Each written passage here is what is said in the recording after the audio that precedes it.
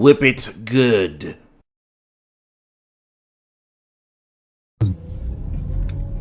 Welcome to the episode of The Defeationist. I am currently on a trip, so I did not have enough time to film me doing some things. So I'm just getting some things done. So I'm gonna do a quick little intro for you guys. Saying welcome. I know it's gonna be a good year of 2023. Right now, as you know, I'm playing Hogwarts Legacy and Dead Space and Wild Hearts and various other games like Yakuza Ishin and various other games at this point. It's really annoying, but yeah, I can get everything done. So, welcome to a game about, being very angry and mad and not being God of War,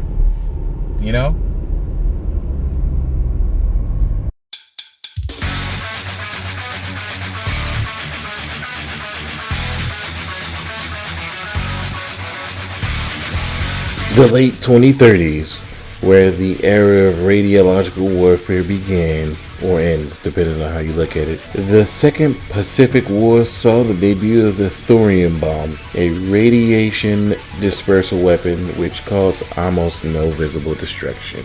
The bomb could render entire cities uninhabitable for several years, preserving their resources for specialized robotic units to sweep and pick them apart. The American cities were decimated, and one man rose to rule over the ashes, Magnus Pierce, a famous inventor and roboticist turned army general. His regime began a large-scale purge of all the real suspected enemies, including protagonist Taro Takahashi's parents.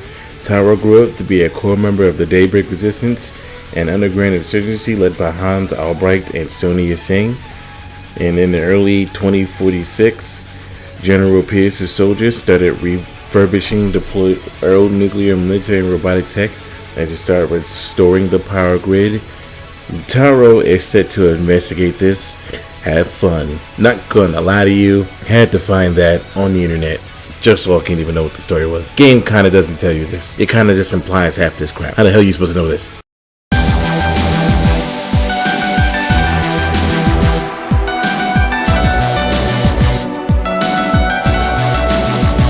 This game, style-wise, does have many influences, as you can tell. It is a beautifully rendered 16-bit art style, and it looks like it also has been hand-drawn. It's like they put a lot of love into the character sprites and the character animations. It also does have this modern take on the retro look. You are in control of Taro Takahashi, and you could tell he's a man hell-bent on revenge just from the opening title, just to you just standing there and or moving around and actually fighting some of the enemies. And I also like the designs of some of the boss enemies and the bosses themselves, and how the generals actively look. The cities and everything do look worn down and not lived in, but as I said before, there is nobody really living in these cities anymore, and that's the whole point of the game. It kind of like went off and everything, okay? But like I said, let's move on.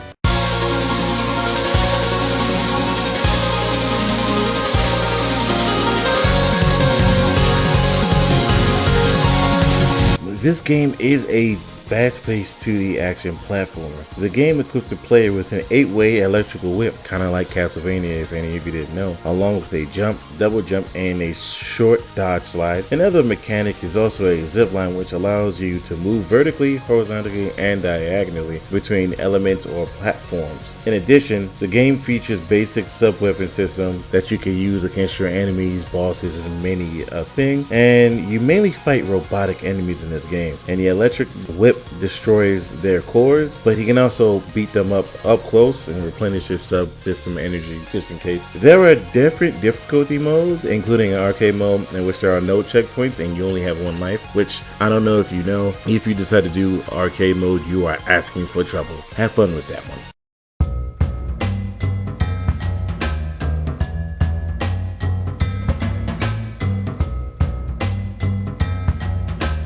So, to be completely honest, I only have about one major issue with this game, and that's that the game is really short. You can actually beat it in probably 3 hours or less if you're really feeling up for it. You can also really cheese out some of the bosses in this game. Not too many, because of the open areas. They kind of allow you to just go backwards and have the boss follow you. You just beat the boss. But that's literally just up to this one boss that I fought in this game, and another boss I just literally just hit him almost from off screen, but that's neither here nor there. You can actually tell the amount of influence that are in this game, including ones of Bionic Commando and Castlevania, and a little bit sprinkle of some Mega Man in there, and a little bit of some Batman on the NES because of the movement. But I can say that these people truly knew what they were doing when they were creating a game like this, and it did show it a lot of love. This is actually one of my favorite games that I've ever played, and I generally can't recommend it enough. But don't buy it at like a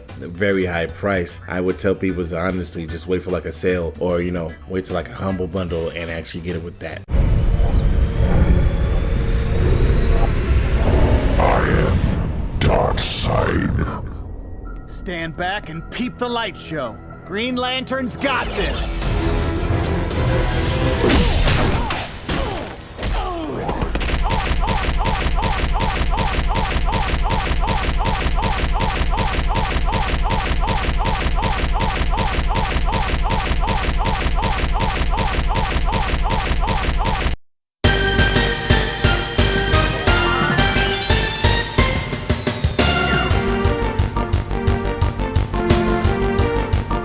So you finally defeated all of Magnus's generals. You fought through half of the crap that is some of the levels in this map, in this game, in this world. Some of which is very complicated, some of which is mind-numbingly complicated, some of which is just unnecessarily hard. I don't even know what to describe it. But then you finally reach Magnus. He looks at you, you look at him. Then a giant mech appears that he summons, and you have to fight. I can really tell you this right now. If you don't fight this mech to perfection, he will take you down, and it's going to be a very horrible sight for you. I guarantee it. Just be prepared to fight this mech at perfection. Trust me, it took me like 30 tries. But once you finally beat him, Magnus comes out the mech and he whips out his sword, and it's time for the final duel, in which Magnus tries to tell you that you aren't as good as him. I don't know, because he doesn't say that. Then you end up in a duel with Taro finally defeating him and ending the life of Magnus, seemingly. With this, Tower goes off into the sunset and is ready for his next mission.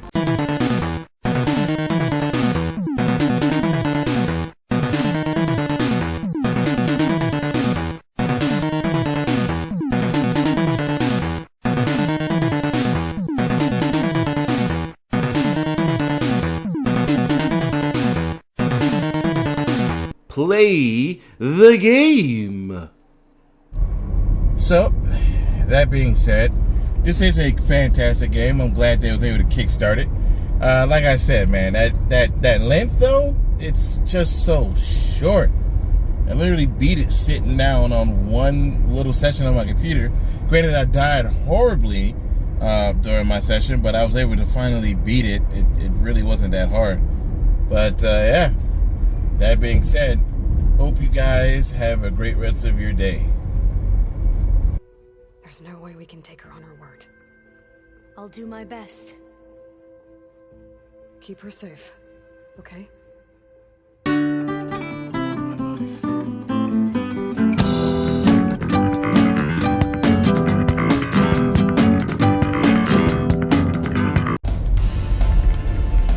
Okay guys, I hope you had fun with this one.